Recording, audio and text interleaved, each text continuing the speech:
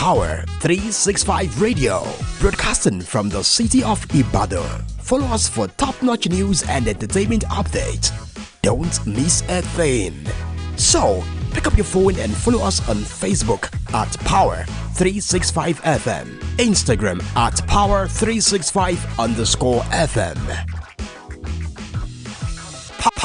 Power 365 Radio, your number one online Southwest radio.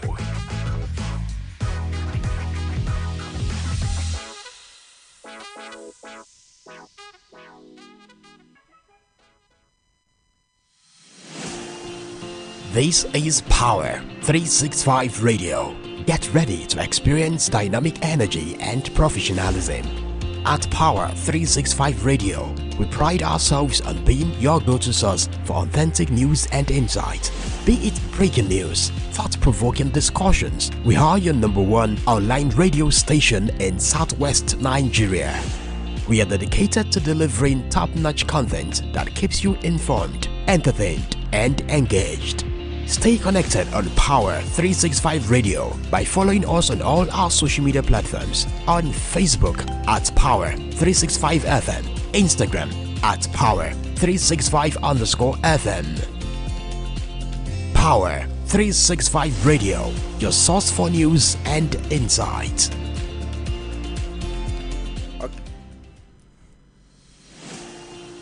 This is Power 365 Radio. Get ready to experience dynamic energy and professionalism. At Power 365 Radio, we pride ourselves on being your go-to source for authentic news and insight.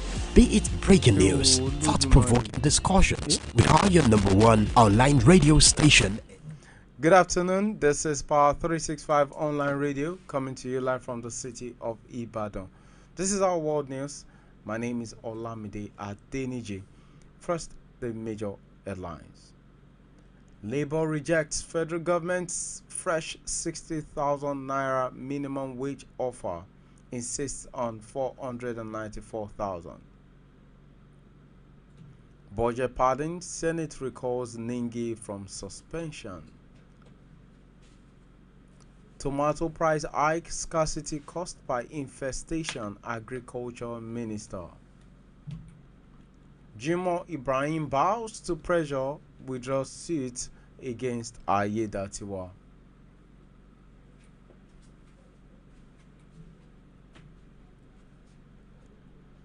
And on the foreign scene, man dies after deportation from UK, family blames Home Office. And on the world of sports, UEFA ownership rule, Manchester United could face Europa League ban. Now the news in full. The federal government has added a sum of 3,000 naira to its initially proposed 57,000 naira minimum wage, making it the sum of 60,000 naira proposed on Tuesday during a meeting of the Tripartite Committee on Minimum Wage in Abuja. Organized labor, comprising of Trade Union Congress and the Nigerian Labour Congress, also went down by 3,000 naira from its last proposal of 497,000 naira during the last minimum wage meeting. According to a source who gave the breakdown at the Tuesday meeting, the amount proposed by the federal government did not go down well with the labor leaders. A member of the union who spoke to us before the meeting started noted that organized labor would only go lower if the government went higher on its demands.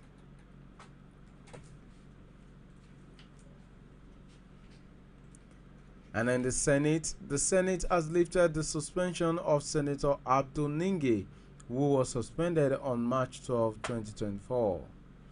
The decision came after Deputy Minority Leader Senator Abba Moro moved a motion on Tuesday apologizing on Ningi's behalf and taking full responsibility for his actions. Ningi was suspended based on an interview he granted alleging budget pardon. The Minister of Agriculture and Food Security, Senator Abubakar Kyari, has said that the rise in price of tomatoes is a result of an infestation known as tomato Ebola, which reduced its availability. Kyari stated this in a post on X.com on Monday while responding to a user who asked that something be done as the cost of tomatoes is out of control. It's like they are charging us per seed. Kyari added that the ministry has outlined plans to combat the issue, which include deploying agricultural experts to affected areas to control and eliminate the infestation, and supporting farmers with resources and guidance to recover their crops.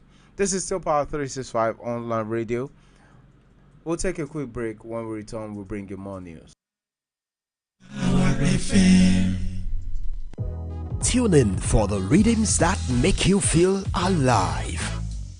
And get ready to power up your day every day on Power 365 Radio, broadcasting from the city of Ibadan. Follow us for top-notch news and entertainment updates. Don't miss a thing. So, pick up your phone and follow us on Facebook at Power 365 FM, Instagram at Power365_FM. Power 365 Radio. You're welcome back. This is still Power 365 online radio, coming to you live from the city of Ibadan. Meanwhile, the senator representing Ondo South Senatorial District, Jimoh Ibrahim, has announced the formal withdrawal of a lawsuit filed to seek nullification of the primary election that produced Governor Lucky Ayedatiwa. From the April 20 primary election, Ayedatiwa emerged as the All Progressives Congress governorship candidate for the forthcoming election in Ondo State. The situation didn't go down well with the senator, which made him approach a federal high court in Abuja citing irregularities. Ibrahim, in a Tuesday statement, said this decision was as a result of a personal intervention by President Bola Ahmed Tinubu, who reached out to him and had a productive meeting.